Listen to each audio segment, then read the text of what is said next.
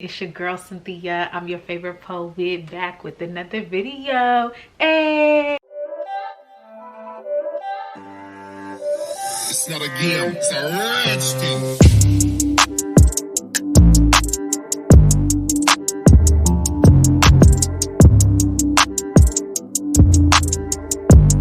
Hi guys, my name is Cynthia. Thank you so much for tuning back into my channel. Like, I think that's amazing of you. Like, thank you so much for doing that. You guys, I am your favorite poet, so it would make sense for me to bring you some writing content, write some literary content to help you improve your writing. Your girl got you on lock. We are talking more about writing. We're talking more about all things literary in 2021 to help you guys who want to learn how to be better poets, better writers, as well as better performers and better speakers. Let's get it cracking, y'all.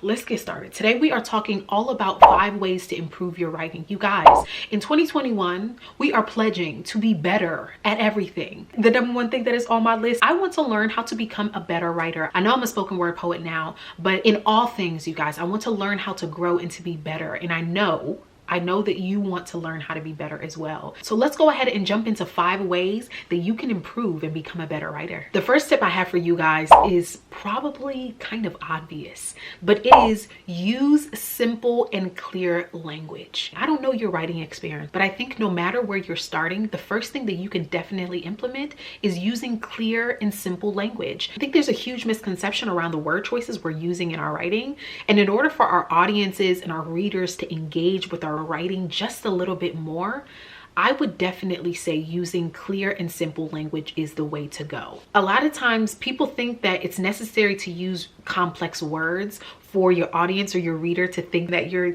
this great writer, but in all honesty, we just need to understand the story you are trying to get across. So it'll be easier for your audience to connect with your story that much more if you're communicating in a very simple way. Now, don't get me wrong, simple is not to be confused with dumbing it down for your audience. I think you should trust your audience and to know that, of course, we understand what you're trying to communicate. And if you want to use a complex word, make sure that you have a clear understanding of that word and how it fits into the storytelling. So the second tip that I have for you guys along those same lines of using clear and simple language is to refrain from using contractions such as don't, can't, haven't, hasn't, wasn't. Those kinds of words are a little tricky when trying to understand your story. Instead of using those words, write do not, cannot, have not, was not, should not. I think using contractions is more conversational language.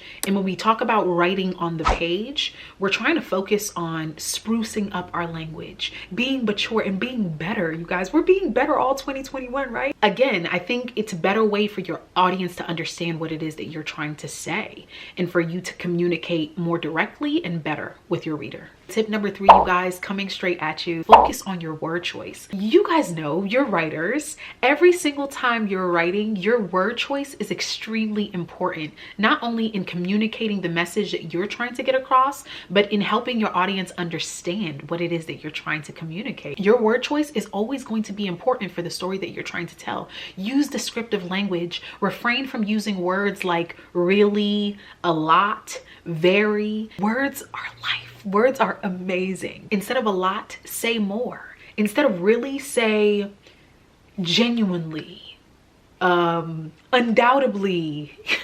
In fact is a good one for really. You guys, there's so many different words that you can use in the English language that can convey exactly what it is that you're trying to say. And just to let you guys in on a little tip here, this is not a part of the tips, but it just came up as I'm filming. Guess what is my favorite thing to use as I'm writing? I mean, this is when I'm writing emails. This is when I'm writing poems. It is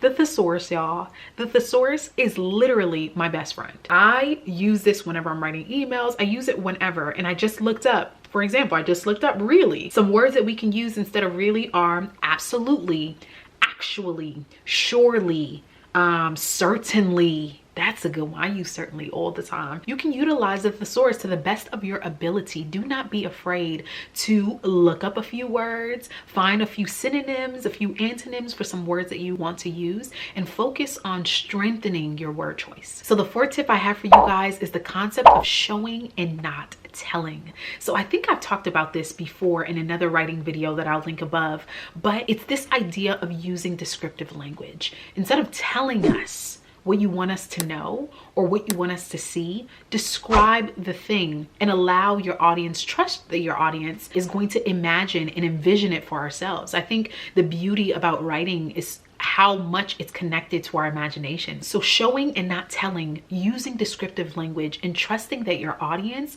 will understand what you're trying to convey by using our imaginations and picturing the thing is certainly something that you can utilize in order to improve your writing. All right, you guys, we have made it this far. We are at tip number 5. If you've made it this far, then you are definitely committed to being better and to improving your writing. Tip number 5 is to tell the truth. Moment of silence for telling the truth. What do I mean by that?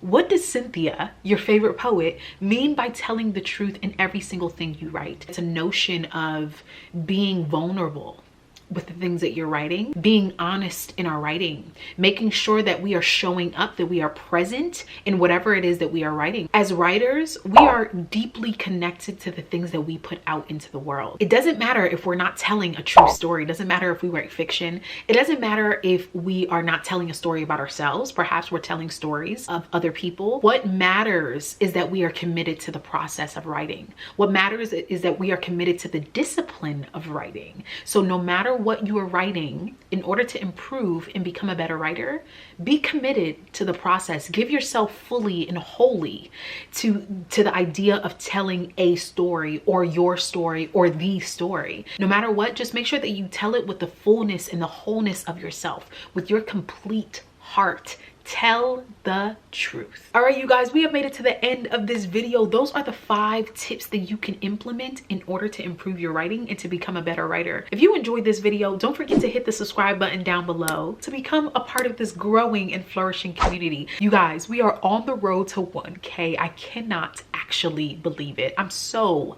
eternally grateful. Don't forget to give this video a huge thumbs up. It just lets YouTube know that this is the kind of content that you're interested in. Thank you guys so much for watching. It's your girl Cynthia. I'm your favorite poet, and I'll see you in my next video. Bye.